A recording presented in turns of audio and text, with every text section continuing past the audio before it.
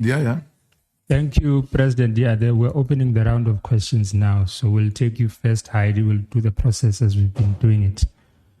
You'll be number 2, and it's the last round, by the way. You'll be number 3, gone. Number 1. Mr. Malema, you basically answered my question, but if you could just elaborate a little on it. The MK released a statement saying they're going to have a motion, they want a motion of no confidence against the finance minister, and we all know that that's not really possible. But if it ever happens, would you be in support of the MK? Would you support that decision? And you're calling for the finance minister to resign, which is probably not going to happen. But as the EFF, is there any other way that you would call for his resignation or any action taken for him to resign? And then just thirdly, you speak about the fact that the previous budget is still in effect because the new budget hasn't been implemented and there's going to be an entirely new fiscal framework. Now, debt to GDP ratio is probably going to be pushed over to 77% because we just don't have that revenue shortfall that we would have gotten from the VAT. How would you propose we deal with this? And what if the finance minister comes back and says, I have to cut social security? What will you as the EFF do about that? Thank you. Number 2. Samkela again. I have to give credit where it's due. You've done exceptionally well as the EFF on this particular point of the VAT. You've been an exceptional opposition in Parliament. Mr. Malema, Treasury for the longest of time has been criticized as reactionary, as pushing its own policies. You'd remember during a time when the late Tito Mboweni was still the Minister of Finance, there was an economic document that was circulated by Treasury, which the then majority party in the country, the ANC, had no knowledge of, which spoke about the economic trajectory and the financial trajectory of the country, that was essentially drafted by officials within Treasury. What are some of the political measures that can be taken to infuse the political economic trajectory that Parliament and South African political parties want Treasury to implement? Because there seems to be a resistance by that particular Department of Treasury that is seemingly operating from a mandate Lord knows comes from where. Then lastly, the acting president, Gwede Mantashe, yesterday spoke about where the ANC should move, saying that if it were to move closer to the EFF or to the MK, it would be like moving from the devil to a fire. Where does that put some of the discussions that may now take place over the proposals that you have proposed to the ANC on a capacitating SARS in order to get that extra 800 billion rands of taxes into the fiscus? Does that halt those particular prospects of the two parties voting together on an issue-to-issue within Parliament? Thank you. Thank you very much. Number 3. Good afternoon, Shannon Merrickskasi, Broadcasting Africa. Firstly, I want to thank the EFF in Parliament for educating us as the media as well about finance and all those things. We didn't know these things. At least now we're more educated.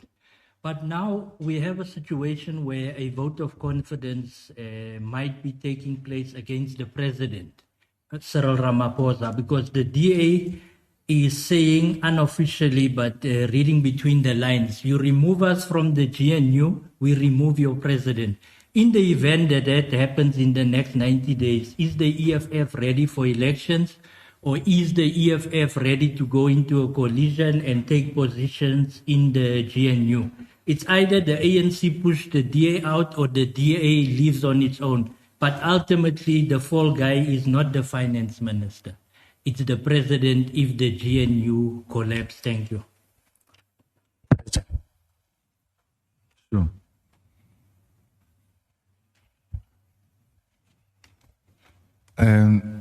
We will not support the MK motion because we don't think, like I said, doesn't make sense. They are well entitled to make those positions about this or that, but where they are right, we'll support them. But we don't think that is the way to go. If they meant business, they should put motion of no confidence against the president. Then there we know we've got the role to play. And to actually put this matter to rest, any motion of no confidence put against the ANC president will support it. Because he has put us into this mess. He's the man responsible for every mess we are experiencing today. And therefore, we are not yet there as the EFF to a point where we think we can put a motion of no confidence, because we're still working the ground. You don't want to do some not well canvassed work in Parliament. You have to go around, seek consensus and all of that. Their fight with the DA is also strategic. Treasury is reactionary, and Treasury is still captured by apartheid apologists and apartheid beneficiaries. You know, there's something you don't know, that when Zuma removed Pravin Gordhan,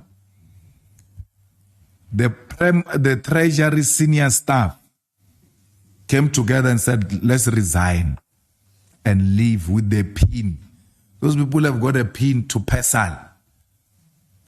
The DG of Treasury then didn't have a pin of PESAL. So without PESAL, you can't pay salaries of the workers. That's when they wanted to collapse the state. That's how prepared they were to collapse the state in favor of an individual, which is treasonous. I mean, if you start disappearing with the pin that pays salaries, and then those things that pay the tenders and this and that, service providers. And they are, I forgot the name, and there used to be an Afrikaner woman. There is the one who's got a PESAL pin. Her and her alone has got that access to that thing. So she can disappear. We're gone, we're finished. And for sure it is in her will. Or if she dies, the pin must be given to so and so. So I think one of the things we need to do is to take the budgeting process away from Treasury, maybe into presidency or any form of those things, where we say, this is what we want, this is what we're budgeting for, and all of that. And then they must pay. Because if you take the whole program of action of the EFF and say, this is our program, this is how much we're going to spend on this program and all of that, you take all of that responsibility, you give it to a TG, you won't get a cent out of it. So you're going to look at that thing and say, there's no money. No, there's no money. So the people who are tasked to pay are very difficult people to pay. They don't just pay. So those things, I think they need to be run separately, so that once we're done, we give them, there must be a political mandate that says, here are the things that you must finance. And then no one can question us about that, because we've got a lawful mandate. If the law doesn't allow us, we'll amend the law to make sure that it meets this requirement, because this country is being held back by Treasury. Yeah, it's being held back. And everybody is very scared of that Treasury. Very scared of that Treasury. So we can't have that to a point where the ANC admit that they have no control over Treasury for the past 31 years. Because we're told this thing of budgeting was done differently before 1994. It started being operated like this after 1994. Why? They knew that they must capture the Treasury. Even if these ones capture the political power, they must still go through us. So we need to liberate and transform that Treasury. You know, where they must not just speak loosely. You know, things are not working. Eh? You don't just speak like you have power from devil to fire, whatever. They are going to pass a motion of no confidence there in Parliament. What is Gwede going to do? It's going to go to fire. That fire will not be fire because you now want it to support you in defense of the president. It will be water now. It will be what? Drinkable water. He must not just speak. He doesn't have numbers. There's going to be a motion of no confidence in Parliament against the President.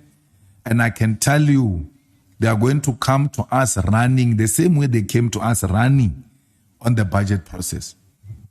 They always shout and scream and insult us, say all manner of things. And when it is difficult, they run to us. Just now in Ikuruleni, there was a motion of no confidence against the mayor.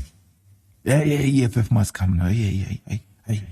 But when things are nice, now we must look at how we remove the EFF and. So, and I want to warn you that this country will have a white president.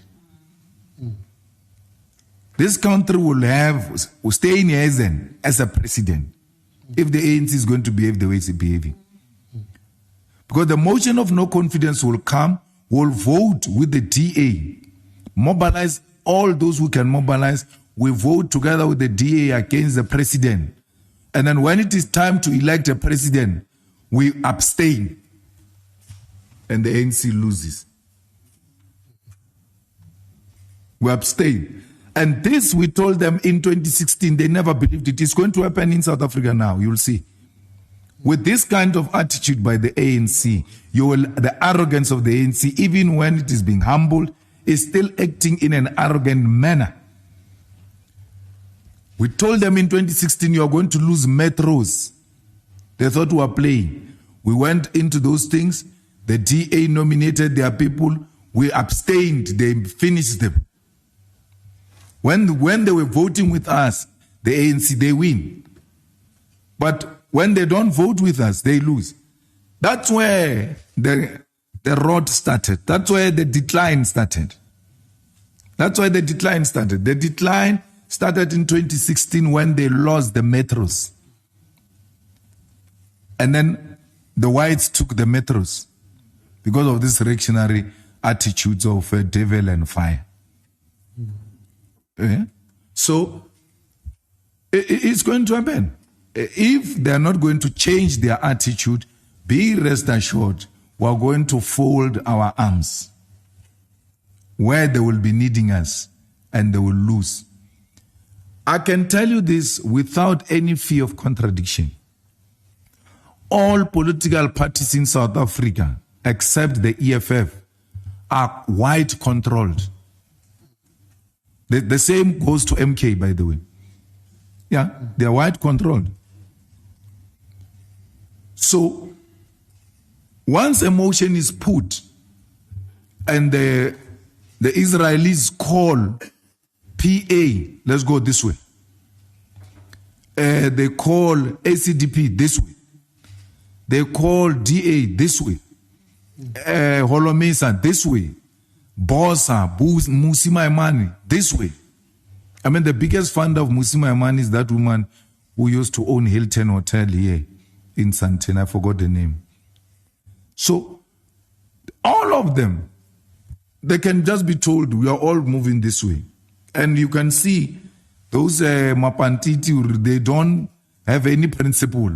They don't pretend. They tell you, now we go where we're eating.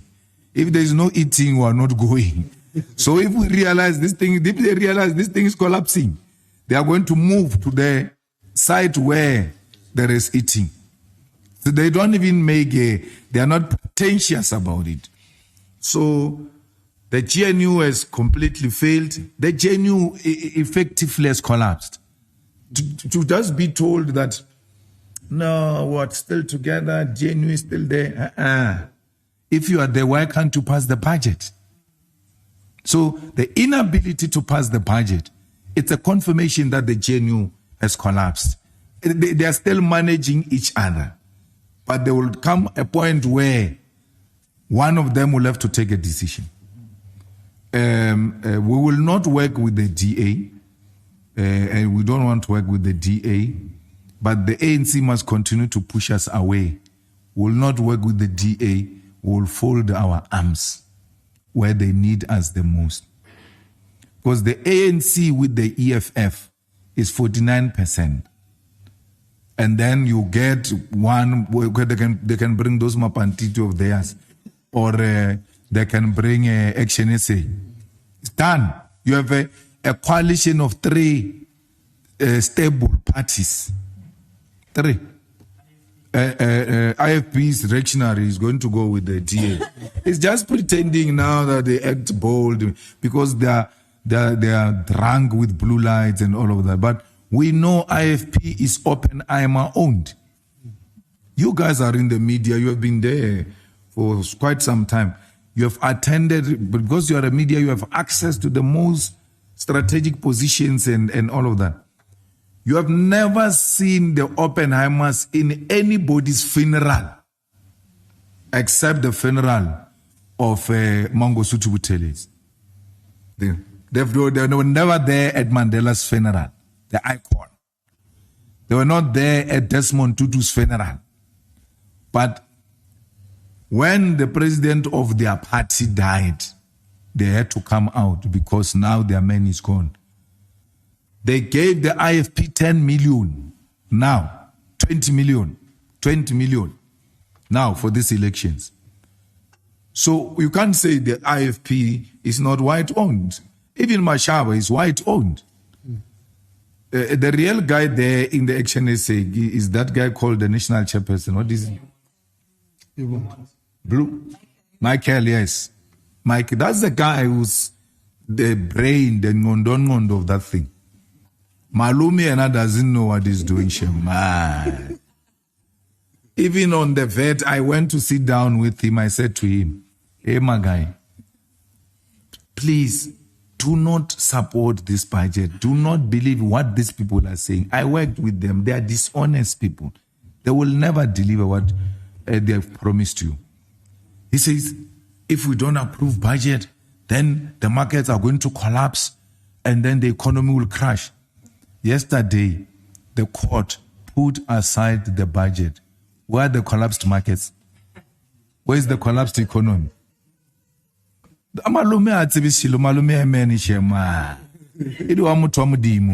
real person there is Michael. Yeah, so, and the PA told you straight, we're with Israel. Yeah, we're with Israel. And that's how they are being managed. So, if Israel doesn't resign, there's nothing we can do except to continue to put pressure. We have to put pressure on the president because we don't have confidence in the finance minister. And the president hopefully will see the reason why he needs to remove him. Or minister himself. If he had a decency, he should be resigning himself after all of this. We went first budget with the public money to go and pass the first budget. Public money used. When we arrived there, they said, there's no budget, go home. After utilizing the money, remember, that day gets called special for him. No money. I mean, no budget. Money used, we left. Went second time to do illegal activities. Even when you are told, this is illegal. They went to waste public money on illegal activities. We are now going for the third time. We are using public money. For third time, we are not sure if he's going to do the right thing or not. Because he has not demonstrated in the past 2 failed budgets, that he's got the capacity to do the right thing. So we hope that they will listen to the logic especially in the Committee on Finance.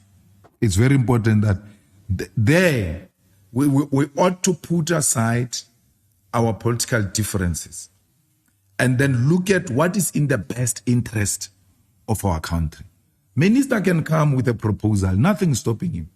But we should have the capacity, and we're empowered by the law, by the way, to amend that proposal of the minister. Once amended, we now reach consensus in the committee, we take it to parliament, we pass it. The ANC still wants to rule, and that's what we told them. You still want to rule as if you still have numbers. You don't have numbers. You must accept that you don't have numbers. I even gave them a very silly example, but it's a good example which we've been told and when we're growing up, that when you are HIV positive, the first start for you to live a normal life is to accept that you are HIV positive. Then you start taking your medication, and then you live a normal life.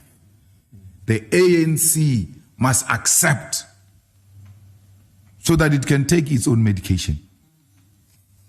Their refusal to accept will lead to them not living a normal life.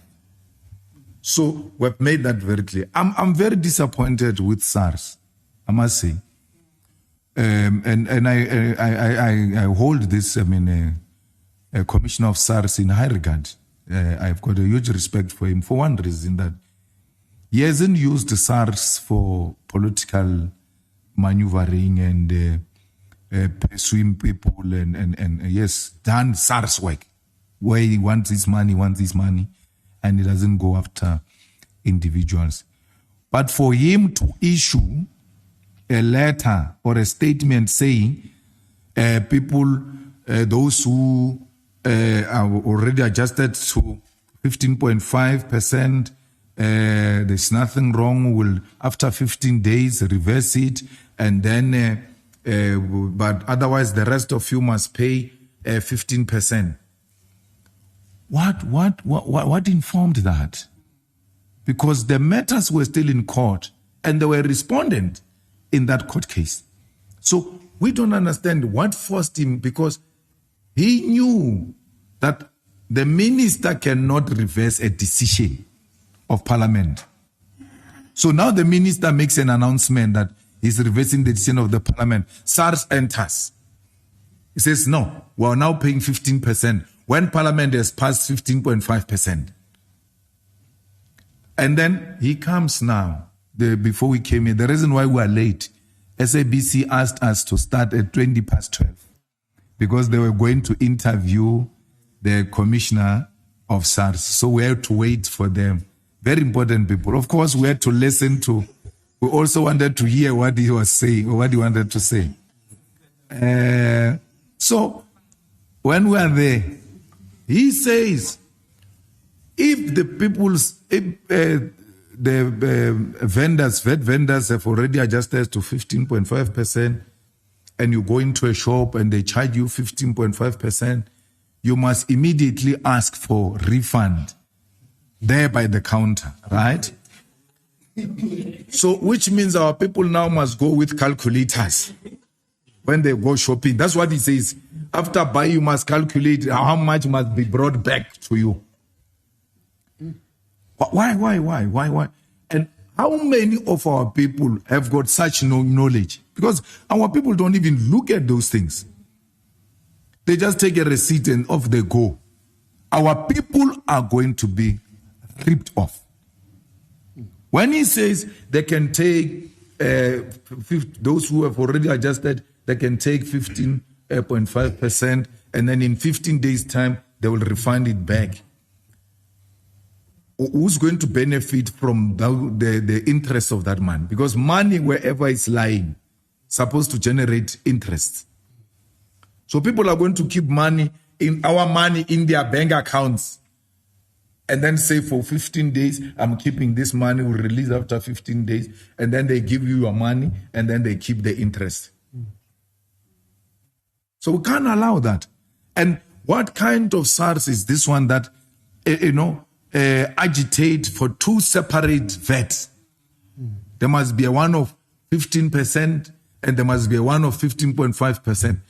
If you are not convinced that there is uncertainty in this country, just listen to what SARS is saying. Just listen to what SARS is saying. No, others can take 15.5%, others can take... SARS is supposed to say the VAT of South Africa is 15%. Anyone who's going to take more than that, it's an illegal activity. They must reverse it. They must go back to those vendors of VAT and tell them, whoever adjusted, go back to 15%. That will also be a demonstration that SARS respect the court. The court has now made a decision. Maybe they were doubting us and all of that. That's fine. The court has now made it very clear. The VAT in South Africa is 15%. Anyone who collects more than that, it's an illegal activity, must be charged with fraud. Fraud. Which law are you using to charge people 15.5%? So SARS can encourage people to engage in illegal activities. To say charge more, you will refund it after 15 days is to encourage people to break the law. The law says 15%, and we must all respect that.